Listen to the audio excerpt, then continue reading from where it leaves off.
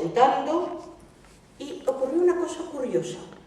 Los efectivos de defensa han ido disminuyendo, han ido disminuyendo, los efectivos personales, y sin embargo el Ministerio ha ido adquiriendo cada vez un papel más relevante en política exterior.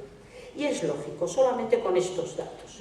Ingreso de España en la OTAN, 82, en la Unión Europea Occidental, 88, participación de las Fuerzas Armadas en operaciones de mantenimiento de la paz, 89, incorporación de España a la Unión Europea y desarrollo desde el 99 de una política europea de seguridad y defensa, participación en el Eurocuerpo y otros cuerpos y fuerzas multinacionales. Conviene tener en cuenta que hasta octubre del 84 ningún gobierno había presentado un programa en materia de defensa y seguridad. Ningún gobierno. Lo hace Felipe González en esa fecha por primera vez. Pero claro, lo hace en un contexto muy especial. Es decir, lo hace en el contexto de la preparación de la opinión pública, lo hace en el Congreso, lo hace en un discurso ante el Congreso, lo anuncia en el Congreso, pero el contexto es el de la preparación de la opinión pública de cara a la convocatoria del futuro referéndum sobre la OTAN y el cambio de política del PSOE. Bien, eso es el anuncio de una nueva, primera formulada de manera pública, política de defensa. En el año 2000, bajo la presidencia de Aznar, el Ministerio de Defensa publica un documento muy importante, que es un libro blanco, que recoge todos los datos. Saben ustedes lo que son los libros blancos. Libro blanco de la defensa. Es un hito revelador de la importancia que había adquirido la defensa en el ámbito de las relaciones internacionales. En la página 56 del libro blanco se dice: la política de defensa está, pues, íntimamente asociada a la política exterior. Se puede afirmar que entre ambas materializan gran parte de la acción exterior del Estado para alcanzar nuestras aspiraciones nacionales y proteger nuestros intereses. Bueno, eso se pone entonces en marcha. También tarda mucho en España en entrar por el terreno del poder blanco, de eso que llamamos poder blanco. Recuerden, hasta el año 91 no se crea el Instituto Cervantes, hasta el año 91. Hoy el Instituto Cervantes cuenta con, creo, que centros en 86 ciudades y 46 estados. Y luego, desde el 90, González Fernández Ordóñez, el Ministerio de Asuntos Exteriores, el gobierno español apuesta por este tipo de diplomacia con la creación, que bueno, es transformación del instituto que había antes, de Casa de América, Casa Asia en el 1, Casa Árabe en el 6, Centro Sefarad Israel en el 6, Casa Mediterráneo en el 6, Casa África en el 6. A las casas se han unido fundaciones para relaciones bilaterales, España-Estados Unidos, 97, España-Japón, 1, España-China, 4, España-Rusia, 7, España-México, 8, Instituto Euroárabe, 8, España-India, 9, España-Australia, 10, marcha hacia el Pacífico, España-Brasil, 11, y luego, desde el año 2000, la Fundación Carolina, creada para promocionar las relaciones culturales de cooperación en materia educativa y científica con los países iberoamericanos. En el terreno del poder blando hay que referirse, aunque fueron más ruido que nueces, en septiembre del 4, Rodríguez Zapatero lanzando en la Asamblea General de Naciones Unidas la iniciativa de la Alianza de Civilizaciones. Se trataba supuestamente de una nueva diplomacia que presentaba a España como un país tolerante y solidario, puente entre culturas, con una privilegiada posición geográfica y una activa presencia internacional.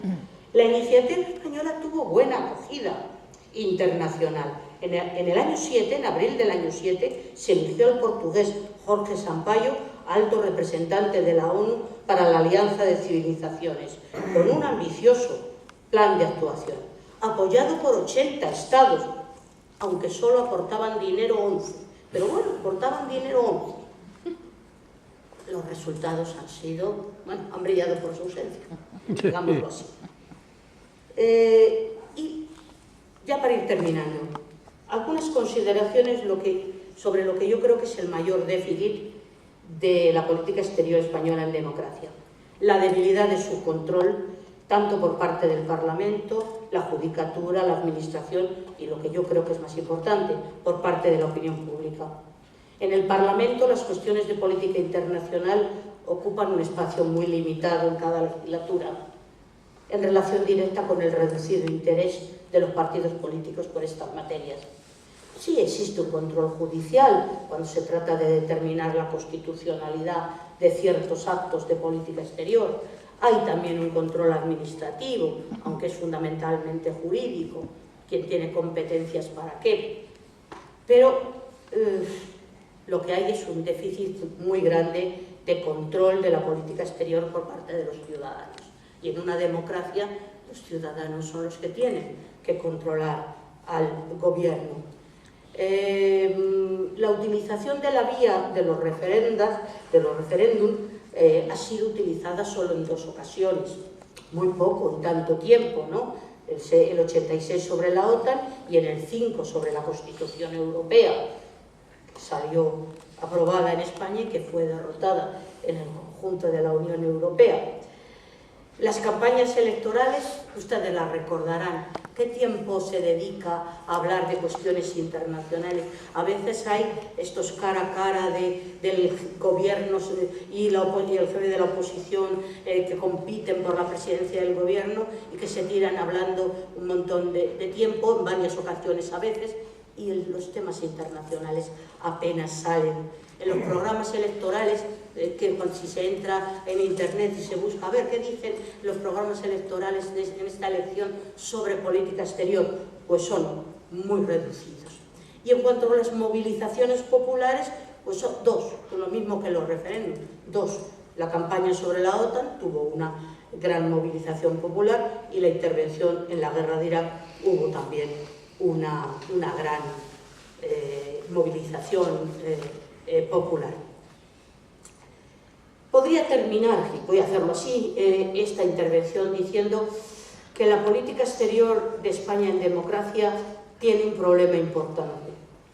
A pesar de la existencia de una formulación cada vez más completa y detallada de principios, fines y objetivos, en su mayor parte mantenidos de manera permanente a lo largo de los últimos 40 años por los 2 partidos que se han turnado en el poder, la política exterior ha sido muy poco activa. Así lo afirman los informes, dado que no podemos ver la documentación, los informes más solventes que señalan grandes deficiencias. El hundimiento de la ayuda al desarrollo, después de haber sido líderes hasta el año 9, ha sufrido una brutal disminución. La gran reducción de la presencia militar española en el exterior, agravada por los recortes presupuestarios del Ministerio de Defensa y también el presupuesto del Ministerio de Asuntos Exteriores y Cooperación, que ha obligado, muy reducido, que ha obligado a reducir las representaciones de España en otros estados y organizaciones multilaterales. Es decir, no hay los instrumentos ni siquiera para el poder blando, para ejercer el poder blando, ni siquiera hay para esto. Es curioso, ¿no? Un instituto que tiene solvencia, el Instituto Elcano, señala que la situación internacional de España y su política exterior está a caballo entre, textual, leve mejoría y pronóstico reservado. Está bien, es una buena imagen del informe del Elcano. Ahí anda, entre leve mejoría y pronóstico reservado. Mejora algo la imagen del país, sigue fuerte el sector exterior en ámbito económico, las relaciones bilaterales con los principales socios son estables, pero los recortes presupuestarios, unido a algo de lo que Antonio sabe mucho más que yo, eso que llaman la burbuja del pesimismo hacia el exterior, cómo ha caído el entusiasmo de los españoles en relación con lo exterior. Especialmente en ámbitos claves, ¿no?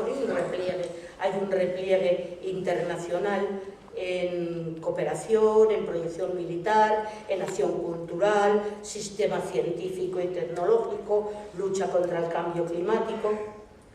Y para terminar ya de verdad,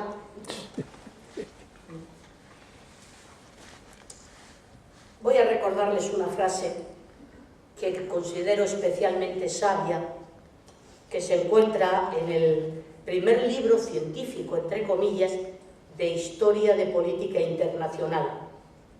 Este libro lo escribió a comienzos del siglo V a.C.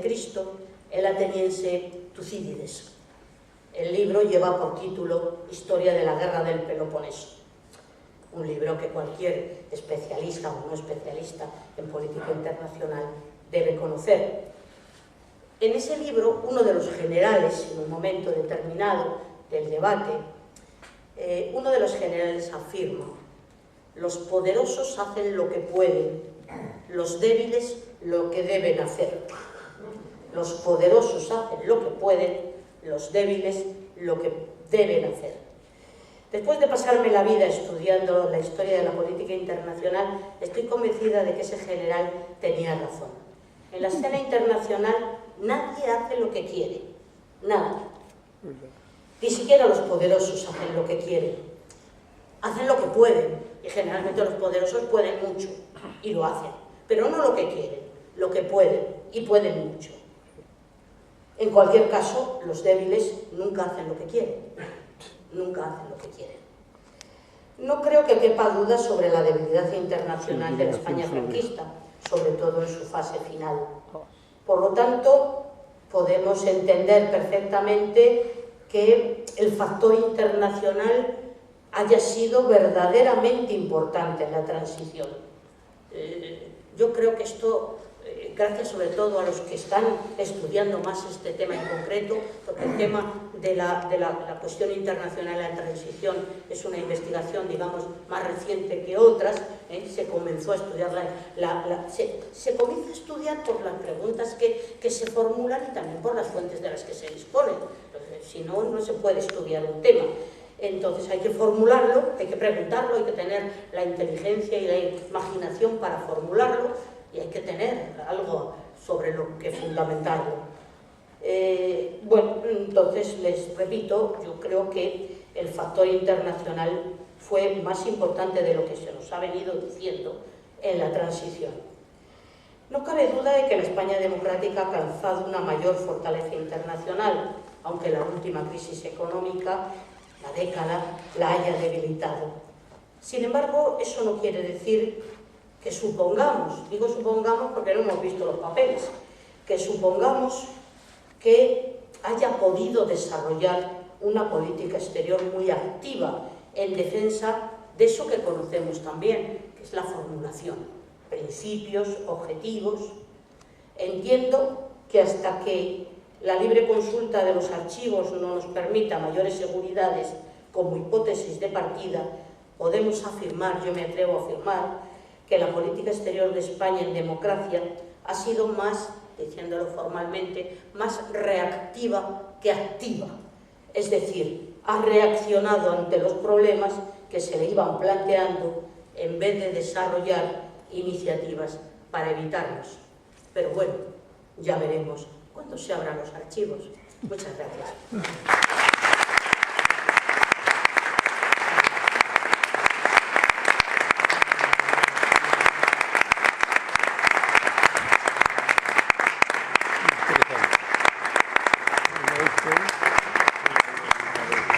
Visto que la profesora Latorre es sencillamente escrupulosísima con todo lo que hace y ya pueden imaginar la pasión con la que sus alumnos seguíamos todas y cada una de sus clases siguiendo la política exterior española los siglos XIX y XX, ¿no? Y por tanto, realmente siempre es una delicia escucharla.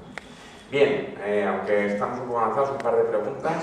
¿Pueden descender al caballero de la primera fila, por favor? Ya, yo creo que sí. Ahí hay un micrófono. Gracias. En primer lugar, darle la enhorabuena por la magnífica conferencia y por la objetividad que ha mostrado en la exposición en una época y en un tema muy delicado y muy sujeto a grandes emotividades. Yo hace tiempo, de hecho, que leo muy poco desde el comienzo de la guerra hacia acá, porque me produce reacciones que no me gustan. Y aparte de eso, cuando uno ha vivido gran parte de la época que nos ha relatado, pues siente uno los engaños como se han producido. A modo de broma, querría decir que se te ha olvidado mencionar el tema del fútbol como elemento de las políticas exteriores españolas. La antigua Moluca española que tanto tiempo, que tanto nos costó conseguirlas, no sabe nada de España ni dónde está, pero sí que conocen el Madrid y Barcelona. Bien, broma aparte, quería decirte que hay un elemento que, claro, las causas de todo esto que has expuesto en la transición son poliédricas, pero hay un elemento que a mí me gusta hacer mucha mención y que creo que especialmente me siento engañado por él y que tuvo muchísima importancia. Es el tema de que cuando en los años 70 prácticamente la posición está en manos del Partido Comunista de España, y yo viví eso en la universidad, en las reuniones, todos eran comunistas, el Partido Socialista. Bueno, vamos a ver. Hablo de la posición, en la posición es una lata, es como muy teatral. Sí. Es una lata para un profesor como una profesora como yo, no verles a ustedes las caras. Ustedes están absolutamente en la más oscura oscuridad. Y la luz la tengo yo y yo no les estoy viendo ni las expresiones, bueno, pues, lo que es fatal. A mí no me gusta dar una clase sin ver la cara de la gente que me está escuchando. Pero bueno, disculpe, me voy a tratar de verle. Adelante.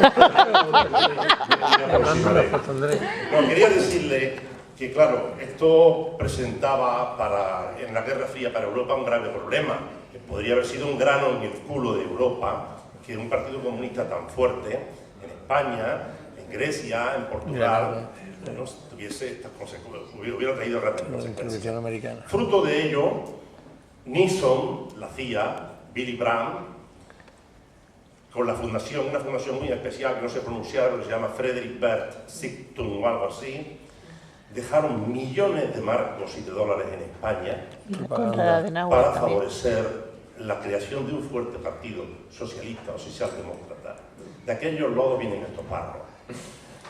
Y quiero decirle que en el año 74-75 el Partido Socialista tenía en España escasa presencia en la calle y tenía 2 administrativos a tiempo parcial para todo el Estado. 8 o 10 años después tenía organizaciones en todas las provincias, en casi todos los pueblos. Y esto se hizo a golpe de marco y a golpe de dólar. Y esto filtró de alguna manera también gran parte, no toda, pero gran parte de la política exterior española. No cabe duda que Suárez nos metió con un 18% de apoyo social en la OTAN, pero cuando llegó el momento del referéndum del 86, que todos nos sentimos tan traicionados, se puso en tres circunstancias. Fue Calvo Sotelo, el de no fue Suárez. Sí, perdón, sí, quería decirle en el gobierno. Fue la UCD. En el gobierno de la UCD, exactamente. Y bueno, creo que esto fue... Sí, pero... creo que esto ha condicionado mucho la política exterior de España. Nada más, muchas gracias. Y si tiene un segundo, me gustaría saber su opinión, porque tengo muchísimo interés sobre el tema de qué pasó con el Sahara. Si es posible, cuando terminemos la opinión. Si es posible. Gracias. Bueno, no solamente querría, lo del Sáhara es complicadísimo para hacer así un resumen de una cosa. Lo del Sáhara fue fue no hacer frente a la Marcha Verde, es decir, voy a ver lo del Sáhara lo primero, ¿no?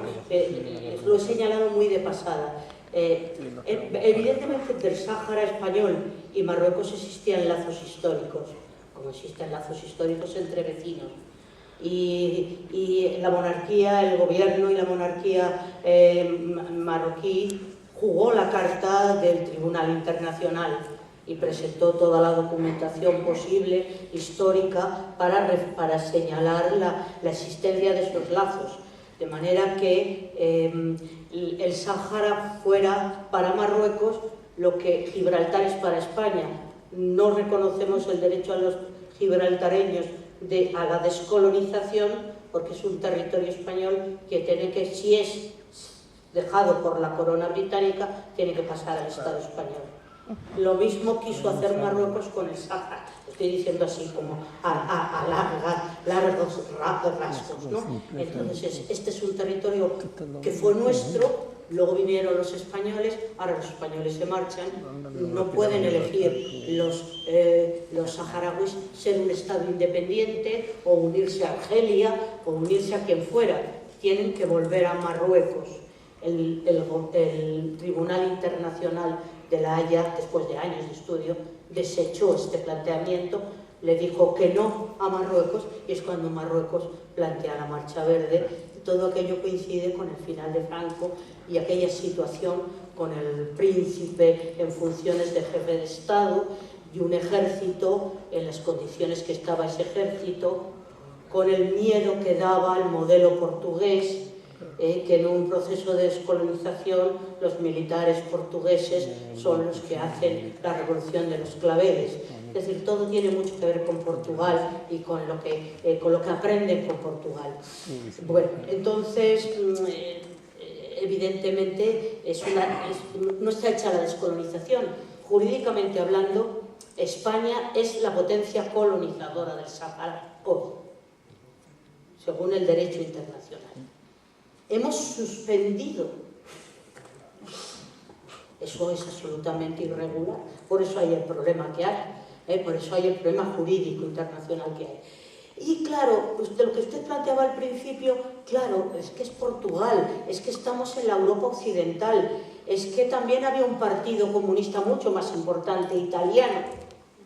Y Italia fue encajada donde tuvo que ser encajada durante la Guerra Fría, y ahí sí que había un partido comunista importante, más que el portugués o más que el español. Y Portugal pertenecía a la OTAN y mandó un ministro comunista a los consejos de la OTAN secretos. Es decir, claro, por eso les he señalado, no fue una... Pero esto, vamos, no podemos llorar por el agua derramada, quiero decir, la transición española se produce en un momento de continuidad de la Guerra Fría. España estaba colocada internacionalmente donde estaba. Bueno, no... ¿Qué podía hacer esa tontuna de Suárez de nos metemos en el movimiento de los no alineados? Tiene sentido. Andaban las bases, estaban las relaciones económicas, estaba el Fondo Financiero Internacional. Eso no era posible, es decir, esas son las limitaciones de la política internacional. Nunca se escribe en una página en blanco. Cuando terminó la Segunda Guerra Mundial, Roosevelt dijo: esta es la mejor ocasión que vieron los siglos, podemos empezar de cero. Una tontería, salió en los periódicos, una tontería. No se puede empezar de cero. ¿Había sucedido la Segunda Guerra Mundial? ¿Poco condicionante es eso? No, claro. Posiblemente si la transición española hubiese sido en otro momento, en una consonancia distinta con el sistema internacional, los condicionamientos del sistema internacional. Ahora, es verdad que tenemos datos sobre que acompañaron la transición española, que utilizaron mucho dinero, sin lugar a dudas, pero al final quien decidió que votaban al PSOE y no al Partido Comunista fueron los españoles. No me digas sí. No me digas sí. ¿Alguna otra pregunta? Sí, sobre el tema de la dificultad de encontrar documentación, porque no está liberada, ¿no tenéis como investigadores posibilidad de ir al extranjero y encontrar documentación, por ejemplo, dejada ahí por las embajadorías o otros estudiosos, gente que ha vivido en España pero que se fue? Sin duda. Sin duda, pero creo que lo he señalado.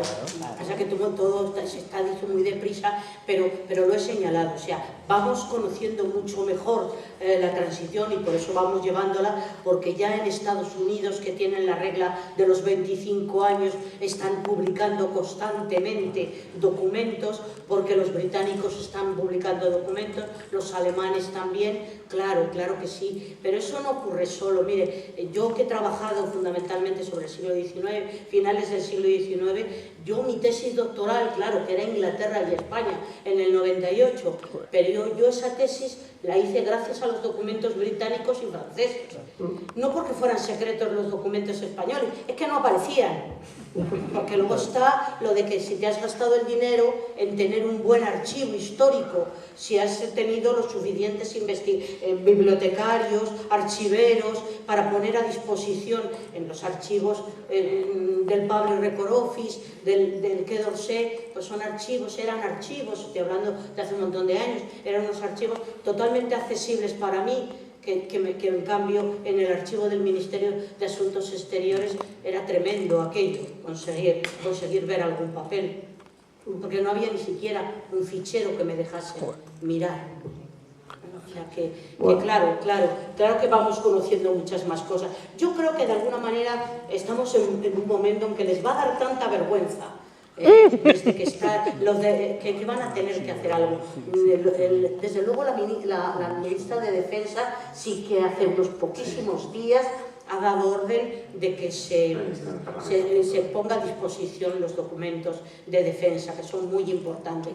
Pero claro, no vale solo con ponerlos a disposición, hay que ponerlos a disposición con dinero, con archiveros, con instalaciones.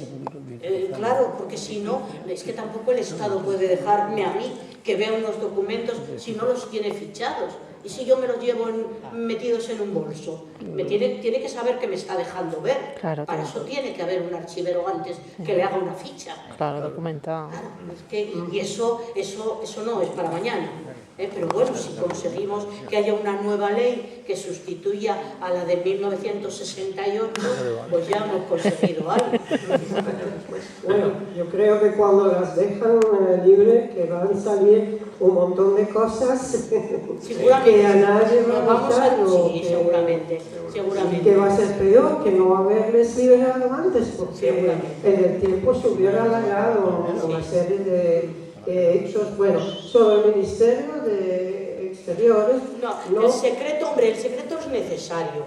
La acción diplomática no puede ser publicitada, es decir, los diplomáticos tienen que negociar. Si las negociaciones fueran a la vista de todo el mundo, sería imposible llegar a ningún acuerdo. Hay que hacer transacciones, hay que buscar, eso no puede ser. Y es normal que haya documentos, yo creo que los dos que hay tradicionalmente, porque una de las enmiendas leí que quería poner otras dos categorías con menos tiempo, ¿no? Que el propio ministro decidiera, este documento no se puede ver en 5 años.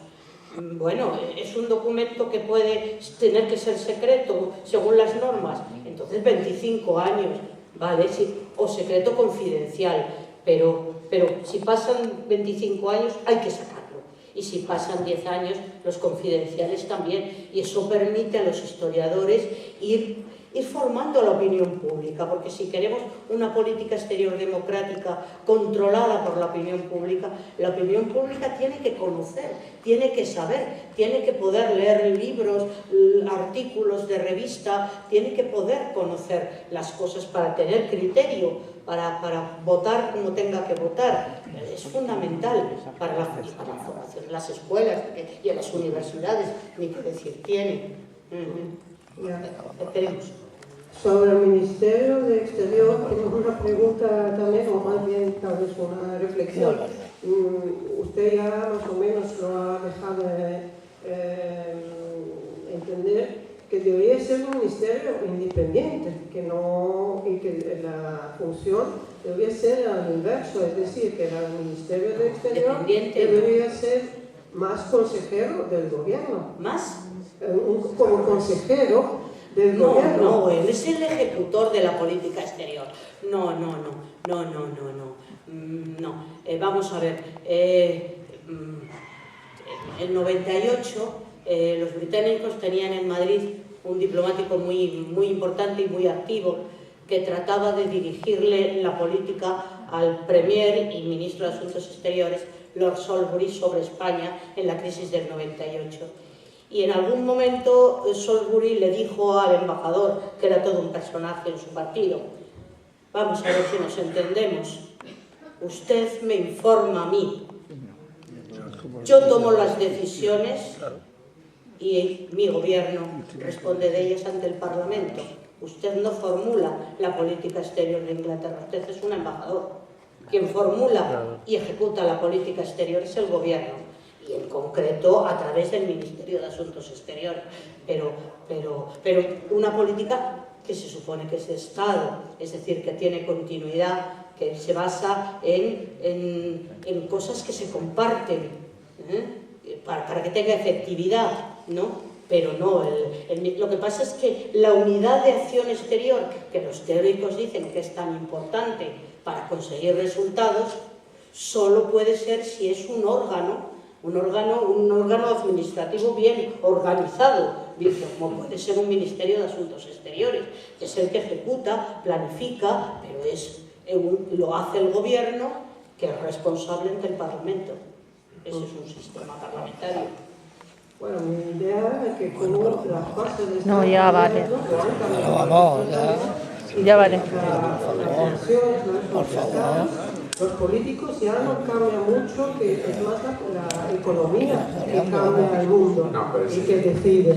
Ese ya es otro tema, es el sistema económico.